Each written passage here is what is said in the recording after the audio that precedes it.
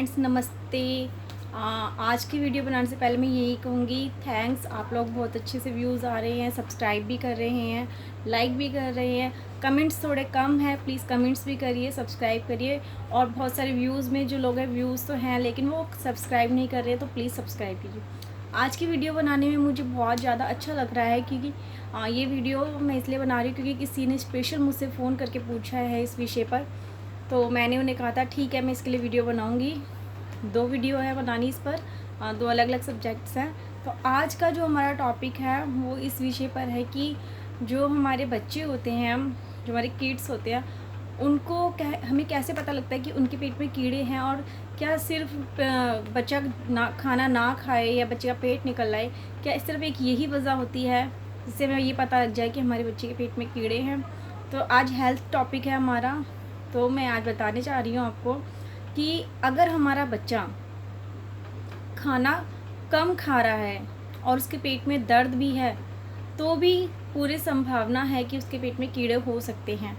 अगर हमारा बच्चा खाना ज़्यादा खा रहा है और उसका पेट आगे की तरफ बढ़ता जा रहा है और उसकी एज के अकॉर्डिंग उसको पेट इतना नहीं बाहर आना चाहिए, तो भी उसके पेट में कीड़े की संभावना पूरी ही है, मतलब कीड़े ही हैं उसके पेट में। अब आती है दूसरी बात कि कीड़े किस किस तरह से पेट में जा सकते हैं। पेट में कीड़े जाने का एक बहुत बड़ा कारण माना जाता है कि बच्चा अगर मिट्टी खाता है तो बच्चे के पेट में कीड़े हो सकते हैं। अगर बच्चा नंगे पैर घूमता है तो भी बच्चे के पेट में जर्म्स हो सकते हैं, क्योंकि जो कीड़े होते हैं वो मिट्टी से ही शरीर तक पहुंचते हैं, गंदगी से ही शरीर के अंदर पहुंचते हैं। तो शरीर का कोई भी हिस्सा हो सकता है, पैर हो सकते हैं, उनके हाथ हो सकते हैं। अगर वो मिट्टी में खेल कर आए हैं, उन्होंने हाथों को नहीं धोआ और खाना खा लिया या ऐसे स्किन पर लगा लिया, ऐसे कर लिया, सूंघ लिया हाथों को, बस इतने में भी जर्म्स पेट के अंदर पहुंच सकते हैं, पहुंच भी जाते हैं। तो एक ये कारण हो सकता है। मिट्टी खाने वाले बच्चे के और क्या क्या सिम्टम्स होते हैं। बच्चा बहुत कमज़ोर हो जाता है, बच्चा जो है खून की कमी होने लगती है, एनीमिया के उसमें पूरे लक्षण हो जाते हैं। उनकी चेहरे पर जो है वो बहुत ज़्यादा चमक नहीं होती है, बच्चा भूखा रहता है, कम खाना खाता है या बहुत ज़्यादा खाना खाता है, बार बार खाना मांगता है। क्यों मांगता है? क्योंकि उसके पेट के जो कीड़े हैं ना वो खाना मांग रहे हो, उसको अंदर से कचोट रहे हैं, लाओ खाना लेकर आओ। तो वो कीड़े उसे तंग कर रहे हैं, वो और ज़्यादा खाना खा रहे हैं। कुछ पेट के कीड़े ऐसे होते हैं बहुत कम खाना मांगते हैं, बच्चे को खाना नहीं खाने देते हैं, ये भी हो सकता है। तो ये कारण होते हैं हमारे बच्चों के पेट में जब कीड़े हो जाते हैं। अब पेट के कीड़ों के लिए क्या करना है हमें? सबसे पहले तो एल्बेंडाजोल की गोली आती है। आजकल तो सबसे बड़ा उदाहरण है, आंगनबाड़ी में हर 6 महीने पर ये गोली दी जाती है। सरकारी स्कूलों में भी दी जाती है, सेम डेट पर जब आंगनबाड़ी में दी जाती है तभी दी जाती है, जहाँ तक है ऑलमोस्ट सेम डेट ही होती है। अगर आप ऐसे भी नहीं दे सकते, प्राइवेट स्कूल में है आपका बच्चा, तो आप उससे मेडिकल से गोली ख़रीद के दीजिए। मेडिकल वाले से पूछिए कि किस तरह से देनी है, मगर आप उसको वो गोली ज़रूर दीजिए। अगर हम ऐसा नहीं करेंगे तो धीरे धीरे क्या होगा, हमारा बच्चा परेशान हो जाएगा। उसका खाना पीना छूटने का मतलब ये है कि उसके अंदर कमजोरी आनी शुरू हो जाएगी, वो बीमार हो रहा है, उसे वोमिटिंग होगी, उसे चक्कर आएंगे, उसे बुखार होगा, उसे उल्टियाँ होंगी, उसकी तबीयत ख़राब होएगी।